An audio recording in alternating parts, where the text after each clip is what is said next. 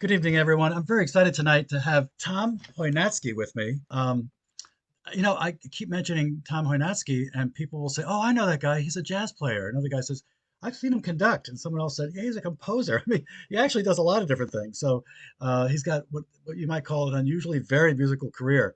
As a keyboard player, he's worked with touring productions such as Chorus Line, Altar Boys, and the Big Apple Circus. He's appeared with the Prague Radio Symphony Orchestra, the Claflin Hill Symphony. Um, Orchestra, the New Bedford Symphony Orchestra, as a chamber musician and performances of the music of Brahms and Schubert, Bartók, Messiaen, Shostakovich, and as a jazz pianist, he's appeared with Billy Pierce and Joe Lovano, Jimmy Giuffre, George Garzone, and many others. And as a conductor, he's led numerous performances of ballet, opera, musical theater, and symphonic repertoire. Written over 50 compositions, some of which we'll hear tonight, including works for musical theater, orchestra, band, chorus, chamber ensembles. We're going to hear some of the Symphony No. 2, which is not online yet, so this is a special treat. Um, and he is taught at Dean College and the New England Conservatory's music as well. And he and Joe have co-authored a book called The Berklee Book of Jazz Harmony, which I have bought. So welcome, Tom. Welcome to the show, and thank you so much for your time tonight. Appreciate it. Oh, thank you, Andrew. Thank you for hosting me tonight. Yeah, we have reviewed a bunch of your stuff. We came up with about, I don't know, maybe 11 of these, and there's so much more to do. So we're just giving people a taste of what you do. I'd like to always start by asking how you got into the whole world of music. Were you from a musical family to start with? Well, my mother's side of the family was particularly musical, Mm. not so much as professionals, uh, but as amateur musicians. We had a couple of church organists and Mm. amateur singers among her brothers and sisters. Uh, Second generation, my cousins. I have a cousin who's a professional pianist in the Detroit area. Ah. Another cousin who's a jazz pianist who lives in Wisconsin and works quite a Mm. bit. And his son, my cousin, I guess once removed by Mm. generation, is Miles Mikkonen, who won the Met National auditions a few years back and has launched Wow. a wonderful career as a lyric tenor. So Oh, we're wow. the crowd of Miles. He's named by his father, who's a jazz musician, after Miles Davis, of course. Oh, wow. Yeah. And so, when did you know as you were growing up, I'm going to be a musician? How did that happen for you? I don't know, I mean, I've always felt that I think, from a very early age, Mm. my mother used to play the piano around the house, and I became interested in it at an early age. And I think Mhm. I saw one of the Leonard Bernstein Young People's concerts on television, and it was the one Ah. where he was hosting the New York Rock and Roll Ensemble, which was a bunch of Juilliard students, among whom was Michael Kamen, the great film composer, who played Oh, oboe in the New York Rock and Roll Ensemble. And wow. on that same program, they had a fellow dressed up in a costume who looked like Bach, who was demonstrating the Moog synthesizer, and Wendy Carlos was switched on Bach, and Oh. that really just flipped me out. Mm. I loved the sound of it, and that album, the Switched on Bach album, was the first record that I ever bought with my own money. Wow. I remember that album. Yeah. It goes Yeah. backwards. And Yeah. played that out. It just, I mean, it was something that I cherished, and Hmm. really came to love Baroque music. I grew up in a Finnish Lutheran church in Detroit, and they had Mm. a strong tradition of choral singing, and part singing in the congregation. We had a strong musician who was the organist and music director there. Mm. And I grew up in Detroit, and the Detroit public schools were legendary for their music programs, even Oh, really? Yeah. in, in tough times. Hmm. Went to Cass Tech High School, which was a citywide school where many famous musicians have, you know, cut their Wow. teeth and prospered. Hmm. A lot of jazz musicians, a lot of orchestral musicians. Yeah, but that music was around. I mean, I remember I was a trombone player in my formative years, and I actually played on a few Mm. disco recording sessions. One, Nice. one of my classmates at Cass Tech, Greg Fillinganes, was Michael Jackson's music director for a long time, and Wow. became I mean, he's played really with everybody. Mm. Barry Allen, the great jazz pianist, was another. She was the year ahead of me. Lots Wow. of musicians who've gone on to have very, very strong careers. They may not be household names, but they're Yeah, they're that's very much. wonderful. So I feel proud to have gone through that. It was a wonderful program. Oh, that's great. So the first thing that we're going to hear is a piece. It's the first movement from the second brass quintet that I wrote, and I think this comes from about I don't know. This is a while back, at least 20 years. This first movement is called "A Fanfare for Democracy," which couldn't be more relevant at the moment. All So right. here we go. All right.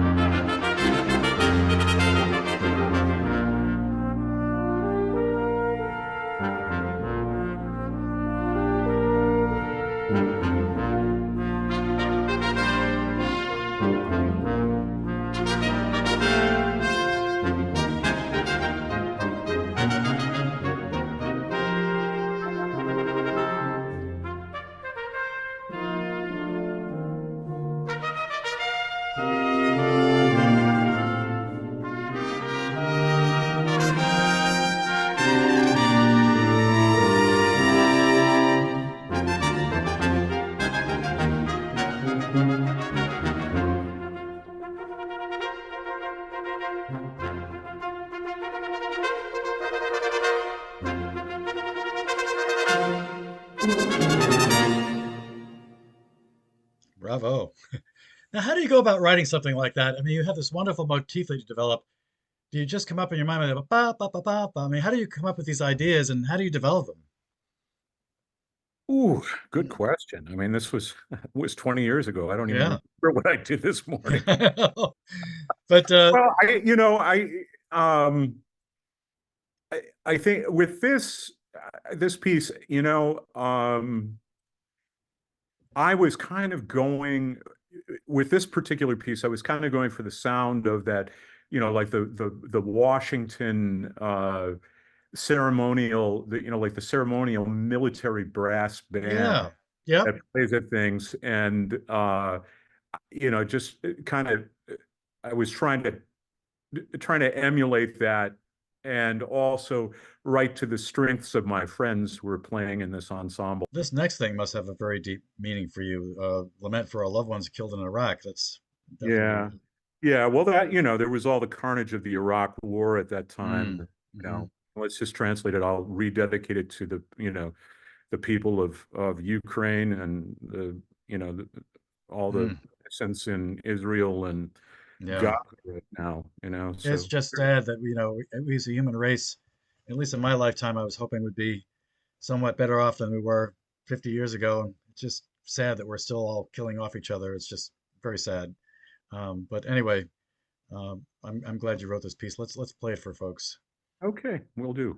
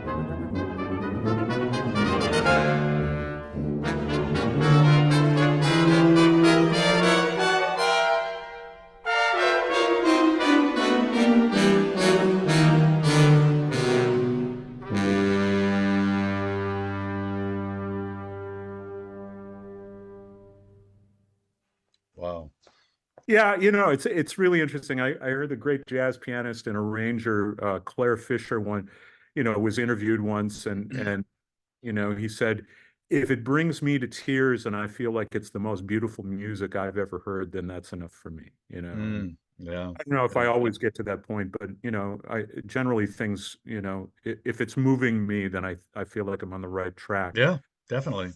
Very, I very try true. not to be too esoteric. I try to be emotional in, Mm, try to evoke or try to express emotion, you know. right, right, A lot of the compositional process, though, is fairly dispassionate. You're just working out issues, right.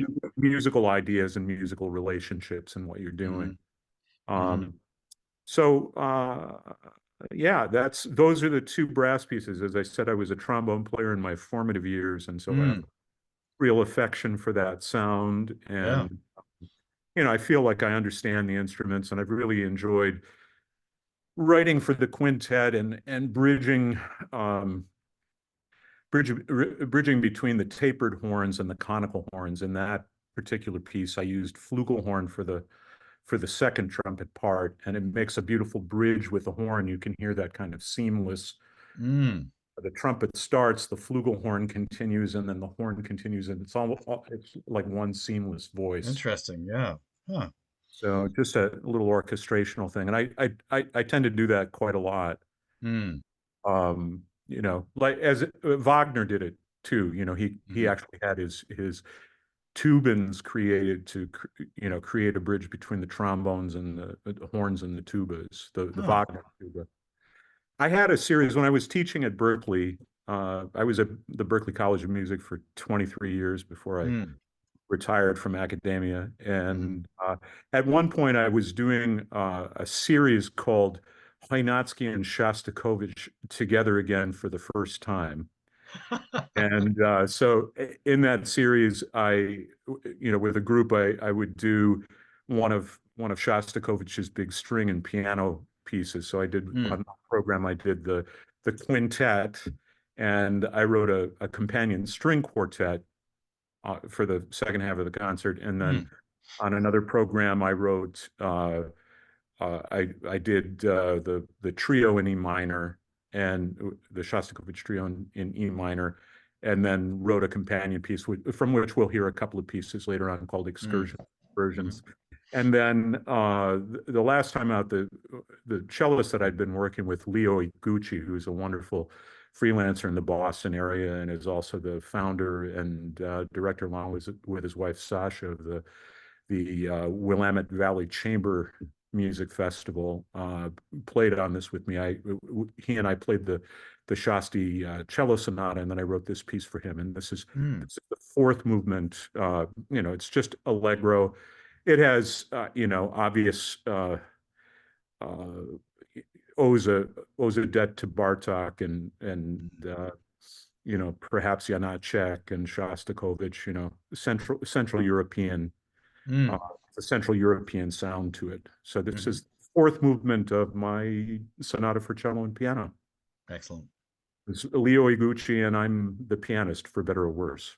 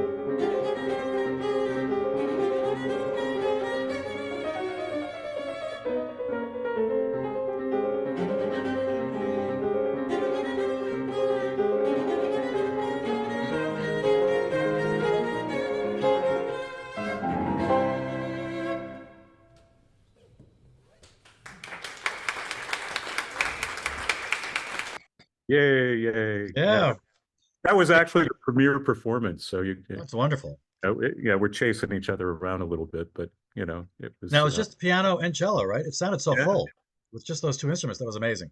yeah. Mm, Well, mhm. there's lots of strings on both of them. Yeah, that's right. Yeah, you had asked me about how do I go about writing a piece, that Mm, you know develops a motive, and it really is. It's really quite simple, actually. You have a musical shape. It's a rhythm and some intervallic content, and there are really only a few transformations. You can flip it upside down, you can invert mm, it, you can repeat hmm it, hmm you can transpose it, you can retrograde it, Use flip parts it of it. from, flip it from back to, you can fragment it, Hmm you can augment it, hmm make the rhythms twice as fast or three times as fast, or mm, and so it's really just a question of taking those pieces and trying them out against one another and seeing what fits. And mm, then you also have to think about your overall shape of the piece and what the narrative is supposed to be and how those variations are going to fit into it. hmm And a lot of it is just trial and error. Wow. And it's called Tune Variations in Fugue. I uh, when I got the commission, I was saying to myself, what am I going to do with the saxophone quartet? I hadn't really heard all the literature. It's really a deep, deep Mm, ensemble. I mean, they'll make you cry. I mean, the pathos is everything. But I thought, mm. you know, saxophones are funny. Let's do a humorous piece. And I've always really enjoyed Carl Stallings' music. And I thought, what would a serious piece of music be like if Carl Stallings had written it? So this is I called love it. Tune Variations and Fugues. So there's a theme. It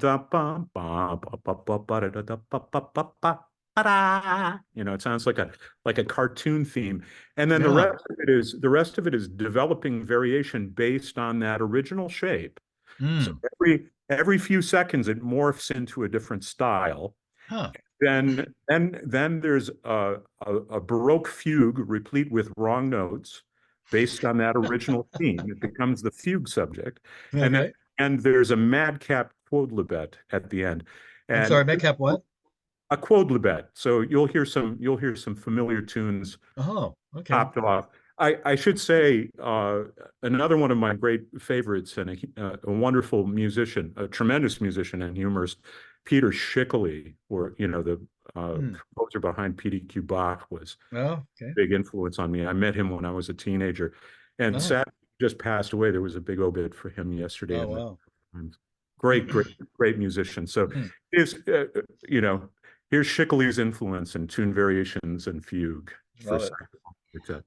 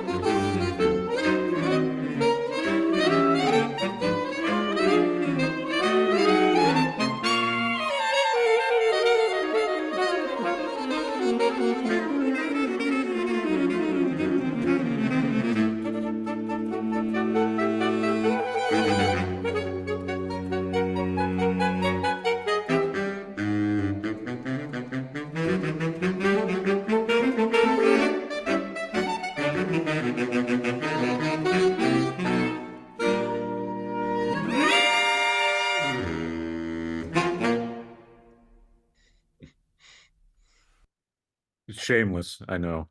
Wow. I have to confess, I lost count. I probably found about 10 things I recognized, but how many different references were in there? Did you keep account of it? I don't know. There's like it alludes. There's a Yeah. little bit of the 1812 overture, and there's Yep. It's a The classical Irish, cartoon. the Irish washerwoman, and Yep. Pop Goes the Weasel, and a few Some things. music, But that it's just movie stuff. after the fugue they pop in. The rest of it is all original, and it really is. Mm. They're not variations in the sense that they're melodic variations that fit a form, but Right. rather permutations of that original shape. Which is kind of da ba ba da that Mm. shape, and it comes back. And you fragments and uses part of it, but there's that J thing that keeps happening. It goes Yeah. ba-do-dee or body ah. Let's go back a little bit farther. Now, I am, I mentioned that I was a trombonist for a good many years in my formative years, but I was also a singer. That Oh. was really kind of my first thing. I sang a lot as a kid. I was a child, Wow. and then my undergraduate degree is in voice. I went to the New England Conservatory. Oh. And when I was, in my teens and 20s, I wanted to be the next Fischer Dieskau. I wanted to be a leader singer and an opera singer. Nice. And I drifted away from that, but I've Mm. written a fair amount of vocal music, and actually my Carnegie Hall debut was with this piece, which is the three songs of Richard Wilbur. The cycle is called Paths, and Mm. it is about a path. This one is called John Chrysostom, who was a saint in the Orthodox Catholic Church, and Richard Wilbur wrote this very powerful poem. Mm. This is it's scored for cello and piano and baritone voice. This is my friend, the great baritone David Murray singing. This is a Payne Hall concert at Mm. Harvard, long time ago already. Okay. I feel like I'm getting old, Andrew, but this is That's timeless though. yeah, Timeless. yeah. I think it's still pretty strong. So this is It's beautiful. John Chrysostom from Paths, Mm. poems of Richard Wilbur, Yeah. David Murray baritone. Mm.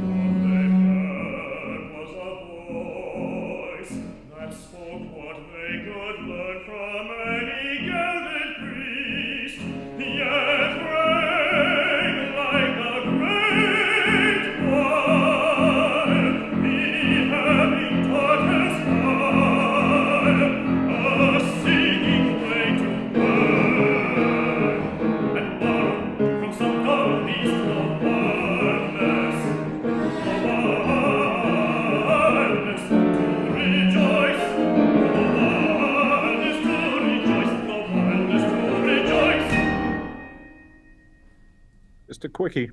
Wow, very nice. What a voice. Oh my God. Yeah, yeah, he's great. And that was 20 years ago at least. He Mm. sounds better now. Oh, wow.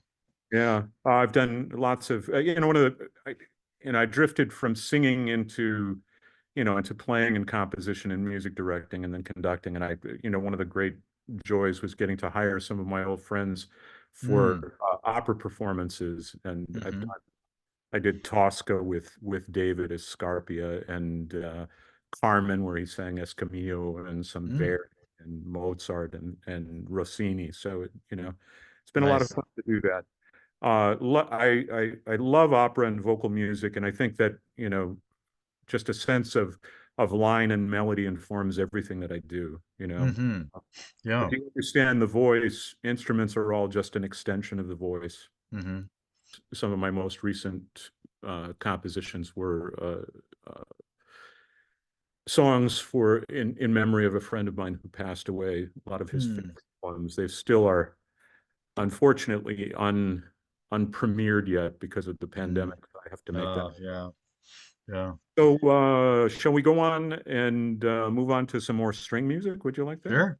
Yeah. Sure. Okay. So this is now the Adagio sostenuto, which is it's a movement for strings only, but it is the second movement from my first symphony, and it's it's complete in and of itself. So it's been extracted, a number of times for performance, but it's the Adagio from this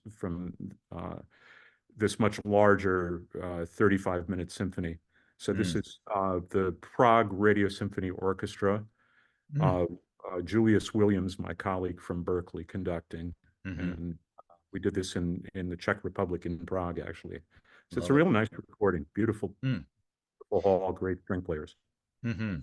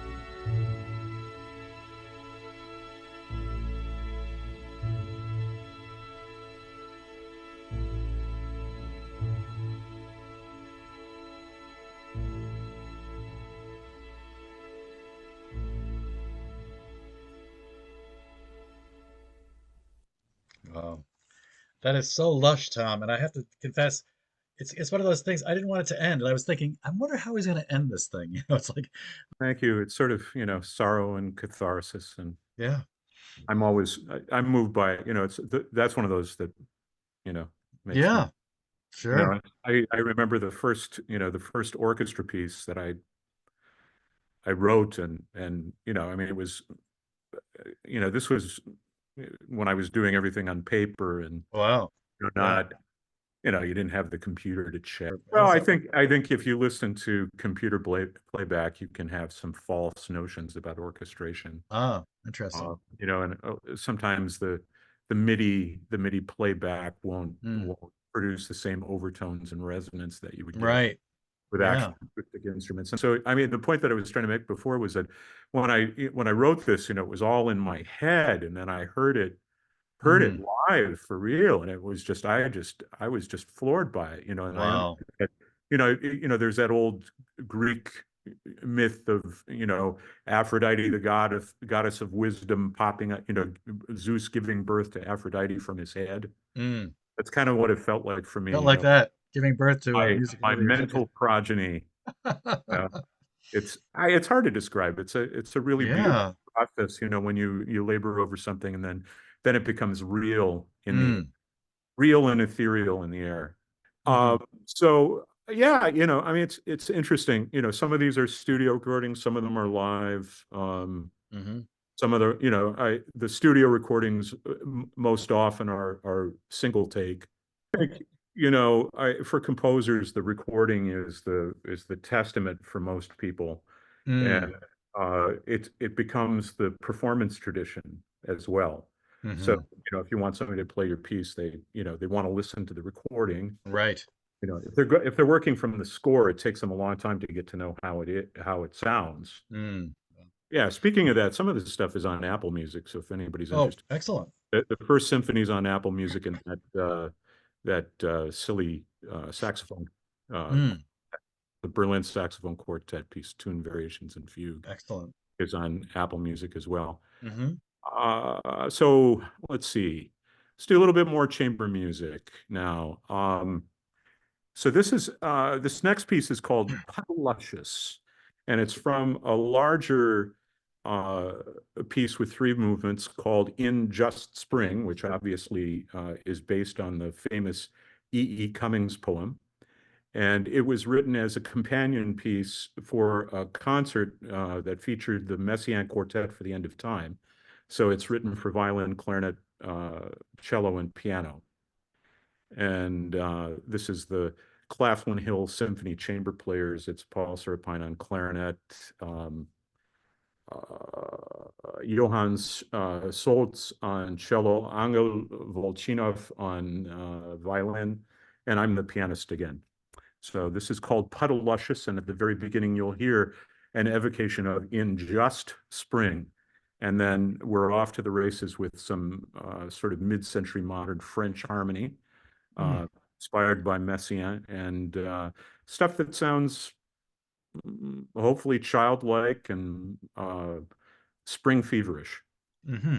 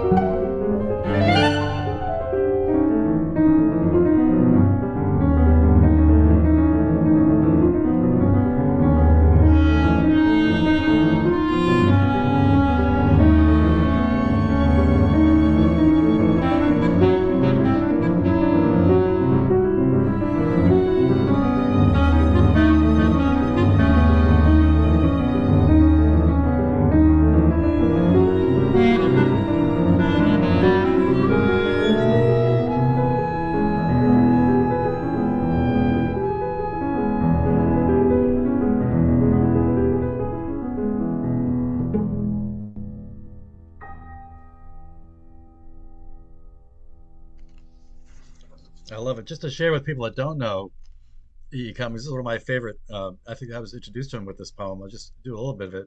In just spring, when the world is mud luscious, the little blame balloon man whistles far and wee, and Eddie and Bill come running from marbles and piracies. And it's spring when the world is puddle wonderful. Just, oh, that's wonderful. Very nice. Yeah, Mm. just, evocations of childhood Mm-hmm.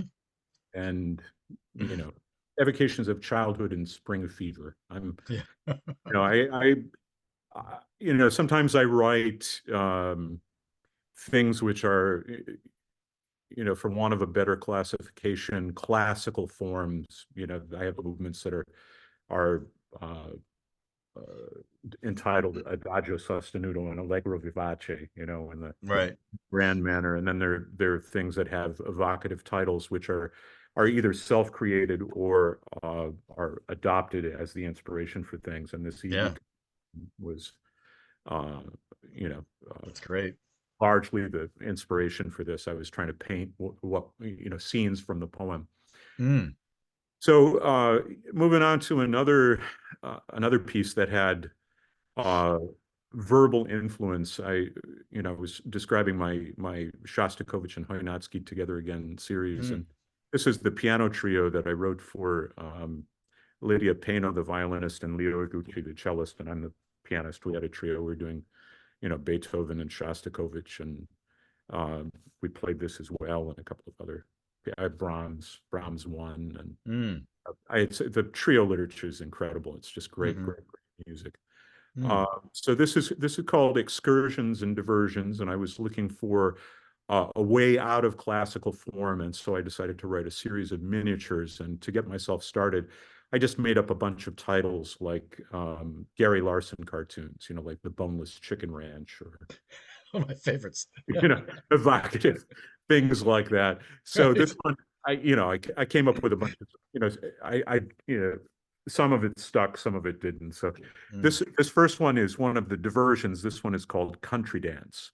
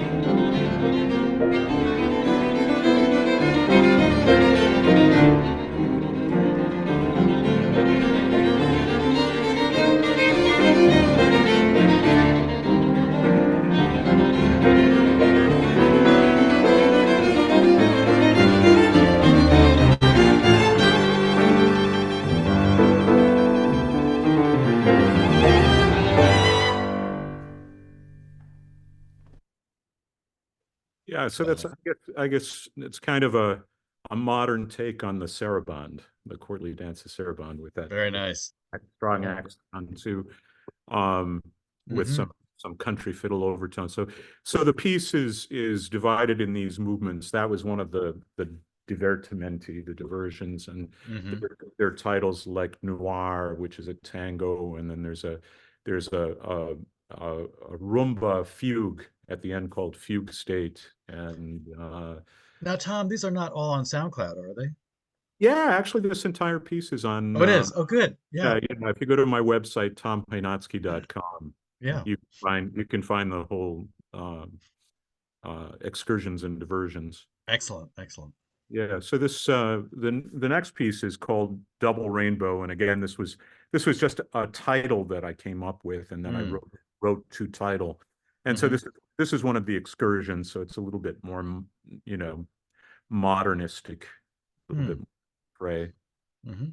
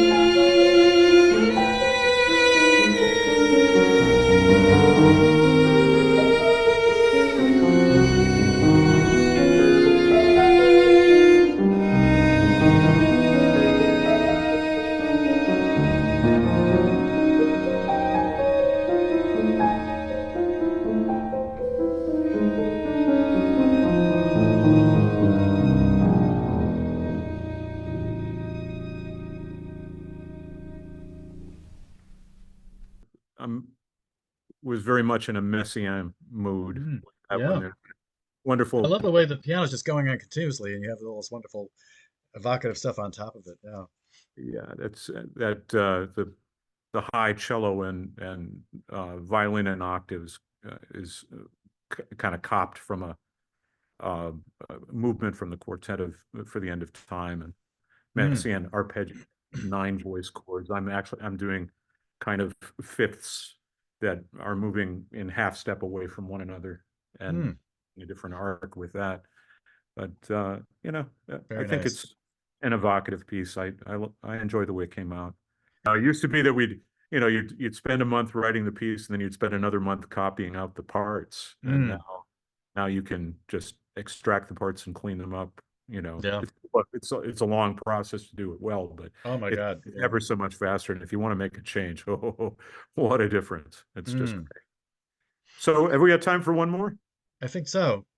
Yeah. Let's do, I wrote my second symphony about 8 years ago. This piece was expansive because it was inspired by a trip that I took with Joe Mulholland backpacking in the Grand Canyon. So I'm lying in a tent, with a mesh roof, and all night long, the sun is on one side of the canyon and the moon is on the other side of the canyon. Wow. And so you could see them. They're both totally visible all night. Wow. All So, night long. Oh, yeah, really? yeah. Wow. This is the Claflin Hill Symphony Orchestra. This is an excerpt from the second part of Symphony No. 2, The Canyon.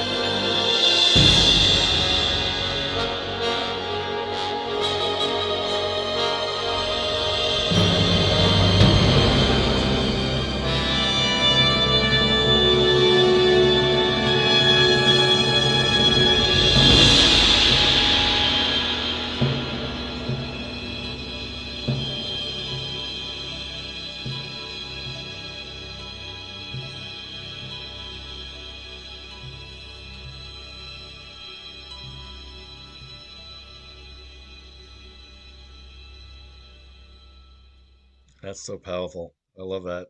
Oh my God. Oh, thank Now, you. do you ever get in situations where you actually are at the moment and you write notes right there? Or... And actually, Mhm. I was sitting in the campsite, and there was a stream that rolled by, and I just put my feet in this cold stream and sat and looked at what was going on around me, and I started hearing stuff in my head. It's kind of it's interesting, but I don't know if you've ever been in the Grand Canyon, but it is one of the most silent places. Oh, really? Oh, Oh, oh, yeah. I mean, it's just the sound just gets sucked up. You don't hear anything at all. really? Wow. Yeah, so it's a great place for music to gestate because you can hear what's in your head. Wow. This has been so wonderful, Tom. Thank you so much. Of course, we're going to have a little Q&A in a bit.